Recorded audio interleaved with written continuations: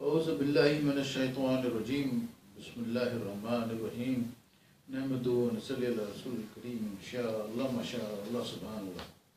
السلام علیکم ورحمۃ اللہ وبرکاتہ۔ آج کرسچنوں کا ایک قرآن کے خلاف اعتراض ہے جو میں پیش کروں گا اور اس کا جواب بھی دوں گا انشاءاللہ۔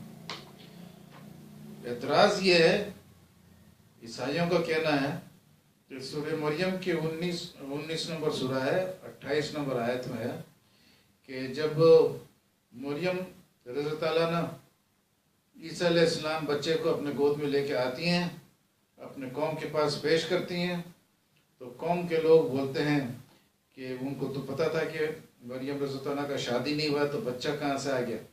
تو قوم کے لوگ بولتے ہیں کہ اے ہارون کی بہن، نہ تو تیرا باپ برا آدمی تھا نہ تیری ماں باغی تھی۔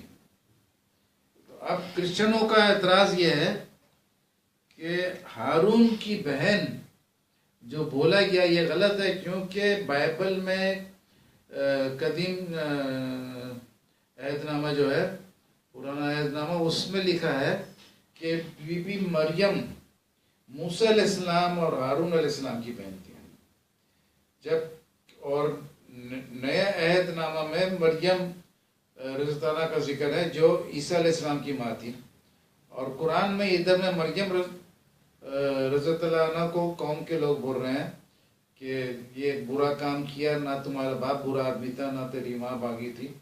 تو کرسچن بولتے ہیں کہ یہ جو موسیٰ علیہ السلام کی مریم کے ساتھ عیسیٰ علیہ السلام کی مریم کو کنفیوز کر رہا ہے قرآن شریف، کہ یہ تو پرانے عہد نامہ میں تھا کہ ہارون کی بہن مریم رضی اللہ عنہ جو عیسیٰ علیہ السلام کی ماں تھی وہ ہارون کی بہن نہیں تھی۔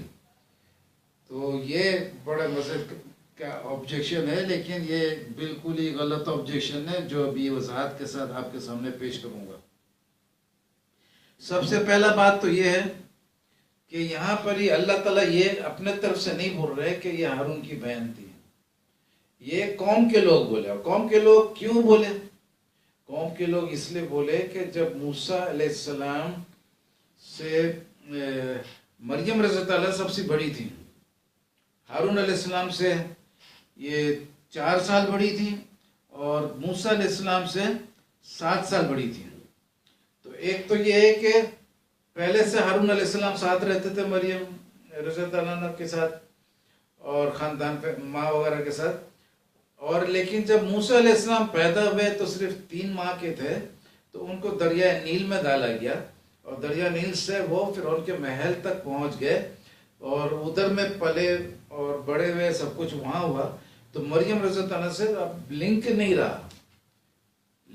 رہا، تو اس لیے مریم رضی اللہ عنہ کو ہارون علیہ السلام کی بہن سمجھا جاتا تھا، کہ موسیٰ علیہ السلام تو 3 ماہ کے عمر سے چلے گئے تھے، اور یہ بات کو خفیہ بھی رکھے ہوں گے یہ لوگ فرعون کے ڈر سے، ورنہ فرعون کو اگر پتہ چل جائے کہ یہ تو وہ بچہ ہے جو زبردستی دریائے نیل میں ڈالا گیا تھا ڈر سے اور یہ میرے محل میں پڑ رہا ہے، تو پھر تو وہ قتل کر دیتا۔ تو اس خوف سے بھی موسیٰ علیہ السلام کے بعد کو خاندان کے لوگ بھی اس کو خفیہ رکھے اور ہارون کی بہن بول کے ان پہ مخاطب ہوتے تھے۔ تو جب ہارون کی بہن بول کے مخاطب ہوتے تھے تو اس وجہ سے ان کے خاندان کے لوگ، چونکہ وہ بھی نیک لوگ تھے خاندان کے لوگ، اور جو موسیٰ علیہ السلام کا خاندان بھی نیک تھا، نبیوں کا خاندان تھا، تو اس لیے ان بزرگوں کے نام سے اور نبیوں کے نام سے نام رکھا کرتے تھے۔ کیونکہ نجران کے عیسائیوں سے ایک صحابی کا ملاقات ہوا تو نجران کے عیسائیوں نے ان سے پوچھا کہ آپ کے قرآن کہہ رہا ہے کہ ہارون کی بہن مریم، لیکن ہارون علیہ السلام کی مریم تو موسیٰ علیہ السلام کے ٹائم میں تھی وہ مریم، آپ یہ عیسیٰ علیہ السلام کی ماں مریم کو کیسے بنا رہے ہیں؟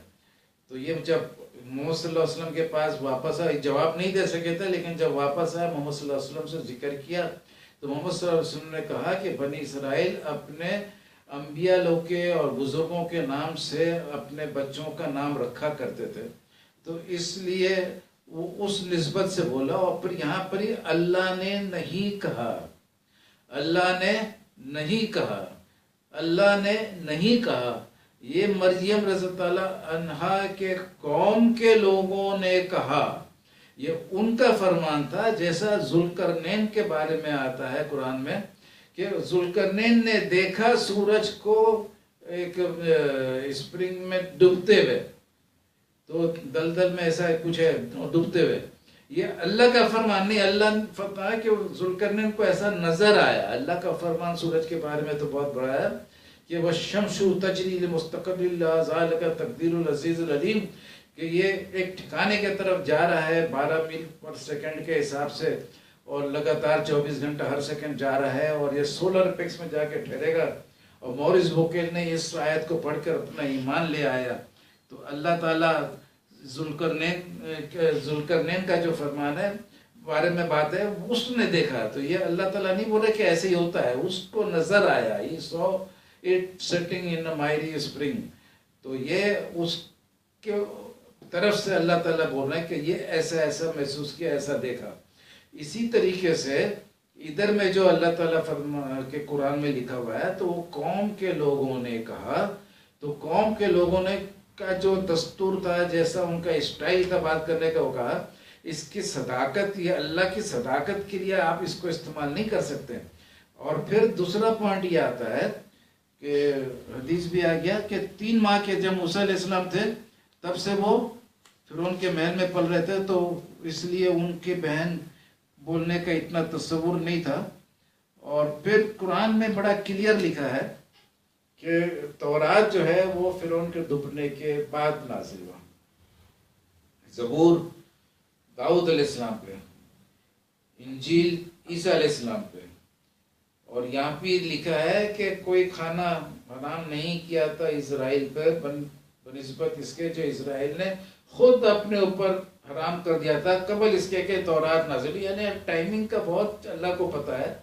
اللہ تعالیٰ پہلی مریم اور دوسری مریم کے بارے میں کوئی بھی کنفیوژن نہیں رکھتا ہے. یہ قوم کے لوگوں نے کہا اس کو اچھے سے یاد رکھیے، اللہ کے ساتھ اس کو مت جوڑیے. اللہ نے اپنے کتاب میں جو کچھ لکھ دیا ہے لوگوں کا فرمان، وہ سب فرمان اس کے معنی نہیں کہ سچ ہے. شیطان بھی بہت کچھ بولتا ہے، وہ بھی لکھا ہوا ہے. اب یہ تھوڑی ہے کہ اللہ نے قرآن میں لکھ دیا تو وہ اللہ کی طرف سے سب نسبت جوڑ دو. تو فرعون بولتا ہے کہ ٹاور بنا تو ہم اوپر جا کے موسیٰ کے خدا کو جھوٹا ثابت کریں گے. نہیں ہے. تو یہ اللہ تعالیٰ کا تصور نہیں تھا، یہ فرعون کا تصور تھا کہ ٹاور سے جائیں گے. وہ تو بہت اونچا اللہ تعالیٰ، آسمانوں سے بھی بہت اونچا، عرش کے بھی اوپر. تو یہ اللہ تعالیٰ کے پاس کون بے وقوف ٹاور بنائے گا اور جائے گا؟ تو یہ فرعون کا فرمان تھا، یہ اللہ کا فرمان نہیں تھا. سورج کو ڈوبتے ہوئے دیکھا، یہ ذوالقرنین کا وہ تھا، کنسیپٹ لگ رہا تھا. یہ اللہ تعالیٰ کا کنسیپٹ نہیں تھا. اللہ کا کنسیپٹ تو ہے کہ سورج 12 میل پر سیکنڈ کے حساب سے سولر اپیکس کی طرف جا رہا ہے. موریس بوکیل نے یہ آیت پڑھ کر بولا 1400 سال پہلے. سائنس کو یہ بات نہیں پتا تھا. جب ایک انسان نے لکھا تو یہ بات الہامی ہے، اس نے اسلام قبول کیا، جس کا ایک آیت یہ بھی تھا، فرعون کے لاش کا بھی تھا وغیرہ وغیرہ. لیکن یہ ایک بہت اہم آیت تھا جس سے وہ تعجب کرتا ہے کہ اس کو انسان کا کلام بولنا ہی بکواس ہے، کہ یہ ہے اللہ کا کلام. تو اس کے ساتھ مہربانی کر کے آپ کا شکریہ ادا کرتا ہوں، آپ کا شکریہ ادا کرتا ہوں کہ آپ نے اس کو غور سے سنا ہوگا اور کرسچنوں تک یہ بات کو پہنچائے. اور یہ جو مضمون ہے آپ کو لنک میں دے رہے ہیں، اس مضمون کو اچھے سے پڑھیے گا. اور متین خالد صاحب نے اس کو اتنا پسند کیا کہ لاہور سے مجھ سے فون کر کے پوچھا کہ آپ کو فرشتے لوگ آتے بولتے آپ اس موضوع پر لکھو، اس موضوع پر لکھو. تو یہ ان کا شکر بھی ادا کرتا ہوں اس بہانے سے. اور یہ آپ ضرور پڑھیے گا، اس کو آگے بڑھائیے گا. یہ اسلام کا خدمت ہوگا، دنیا میں خوشی اور آخرت میں برکت ہوگا. وآخر دعوانا الحمدللہ رب العالمین.